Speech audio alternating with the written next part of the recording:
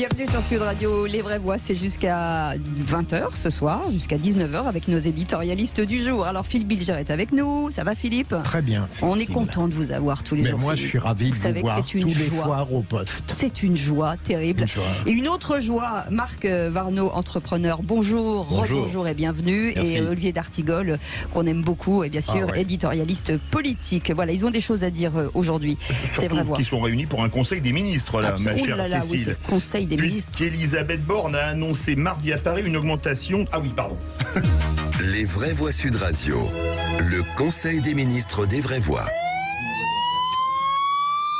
En effet, Elisabeth Borne a annoncé mardi à Paris une augmentation de 8500 postes de policiers et gendarmes en 5 ans en France, dont 3000 dès 2023, dans le cadre de la loi de programmation sur la sécurité.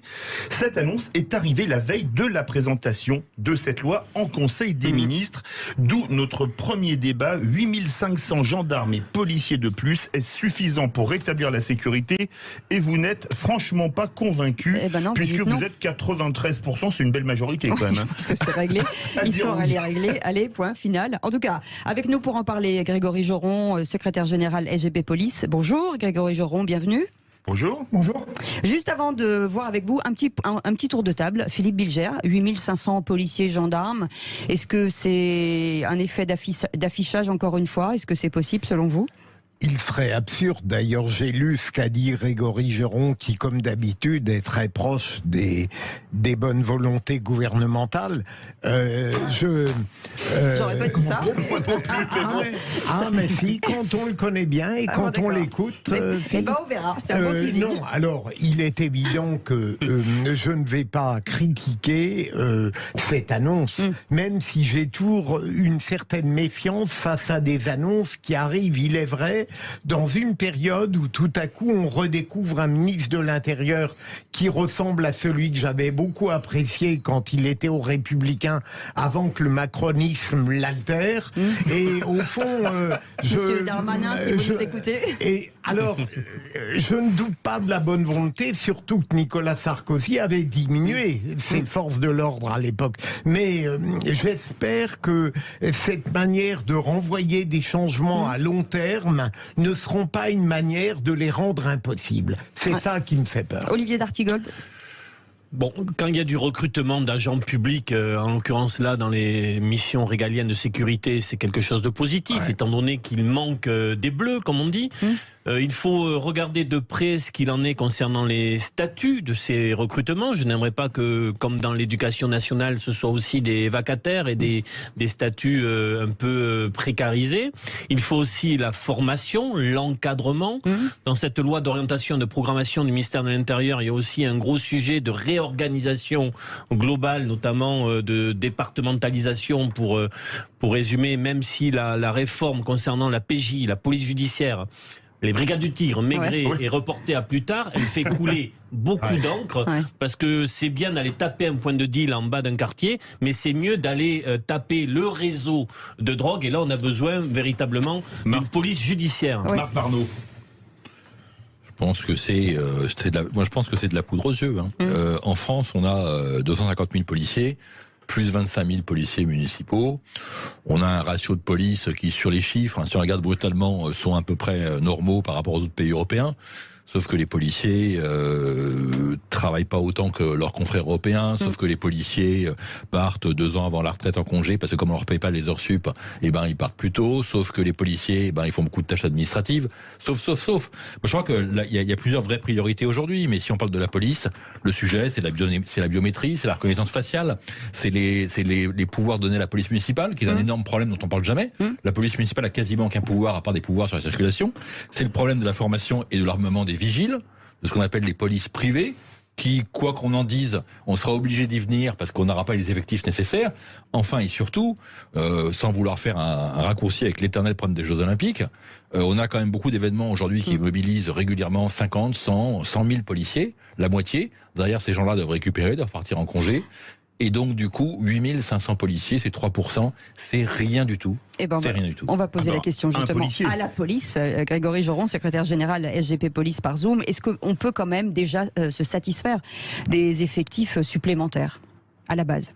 Je pense que... alors déjà, je remercie monsieur Bilger pour cette entrée en matière, puisque à ce bon moment, je suis déjà catalogué comme étant le porte-parole du ministère de Grégory, l'Intérieur. je vous ai lu. Donc, Oui.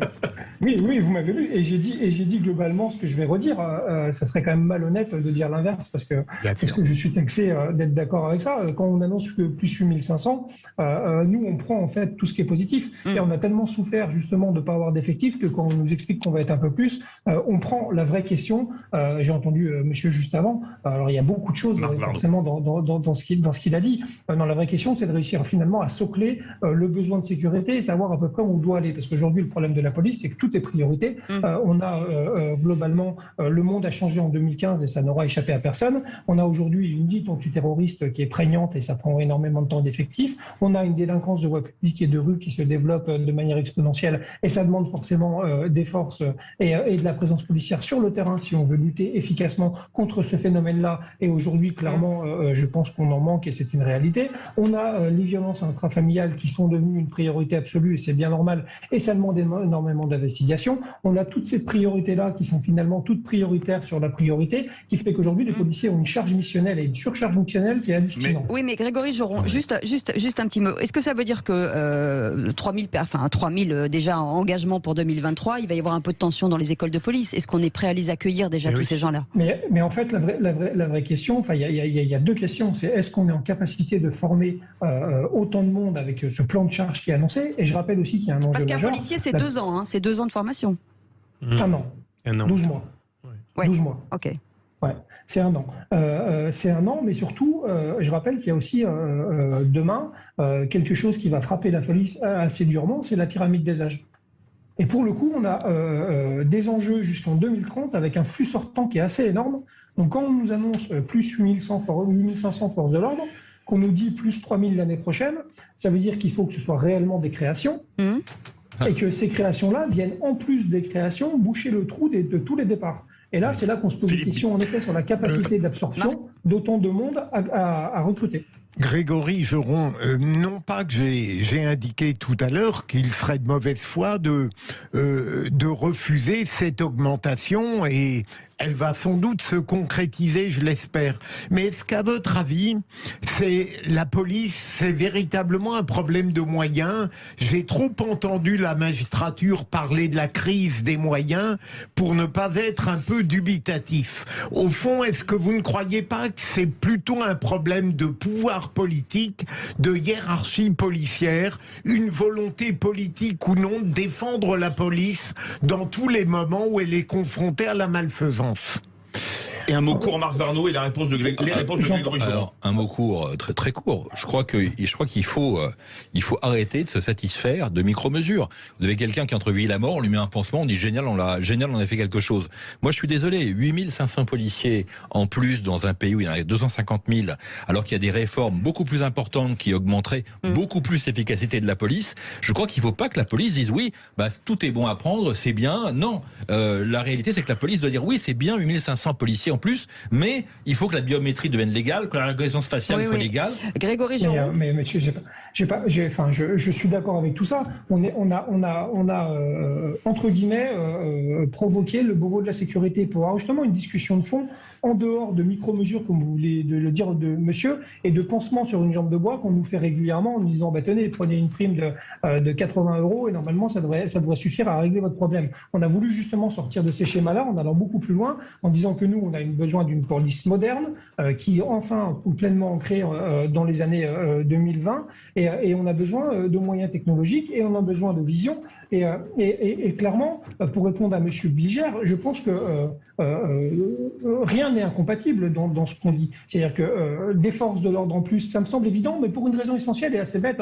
C'est-à-dire que revenir aux chiffres de 2012, c'est très bien. Depuis lors, notre population et notre démographie a aussi augmenté. Et par-delà, ne serait-ce que pour cette raison-là, il faut de toute façon plus de policiers. Mais pour aller plus loin, il y a évidemment des problèmes d'organisation. Sûrement qu'on a une institution qui doit être plus efficiente dans la répartition de ses forces. Mais je rappelle simplement qu'il y a aussi des principes de réalité assez prégnants Monsieur Bilger, je vous réponds sur cette question-là. Quand à des endroits comme par exemple à Laon ou à Cholet, des villes quand même qui sont l'arrière-boutique de la délinquance nantaise, par exemple comme pour Cholet, et où malheureusement les week-ends, vous avez une patrouille de 2 fonctionnaires, je pense qu'on a quand même un problème d'effectif, quoi qu'on en dise. Merci beaucoup Grégory Joron. Verdict, le moins qu'on puisse dire, c'est que les auditeurs de Sud Radio ne sont pas franchement partagés.